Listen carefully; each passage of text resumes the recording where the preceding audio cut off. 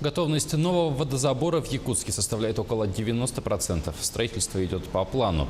В комплексе 5 готовых объектов. Это водоприемный ковш, станция первого подъема воды, водоочистные сооружения, электролизное и реагентное хозяйство. Чистая вода должна начать поступать в дом горожан уже этой осенью. Успеют ли все сделать в срок, знает Александр Зубехин. Завершается строительство уникального на Дальнем Востоке объекта, процесс очистки воды на котором полностью автоматизирован. Вода с этого сооружения будет питьевого качества круглый год.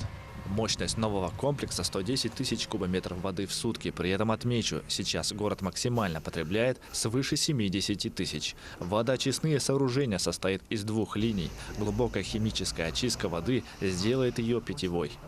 При химической очистке воды те реагенты, которые применяются для очистки, их концентрация на выходе с водозабора будет ничтожно мала, что они даже, никто не ощутит их. То есть они в пределах нормы будут.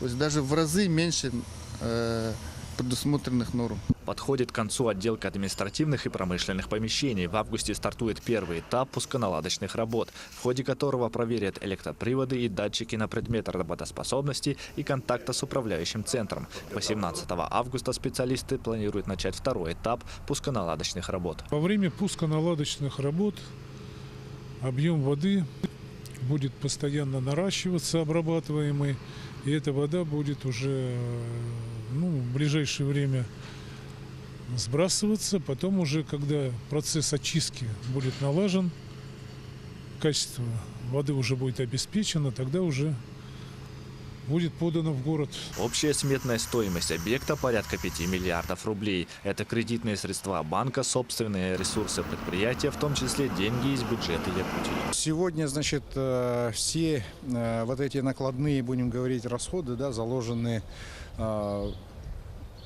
финансируются из бюджета республики. Поэтому, конечно, первая наша задача – не допустить повышения тарифов. Окончательный срок строительства водозаборного сооружения запланирован на 14 октября этого года.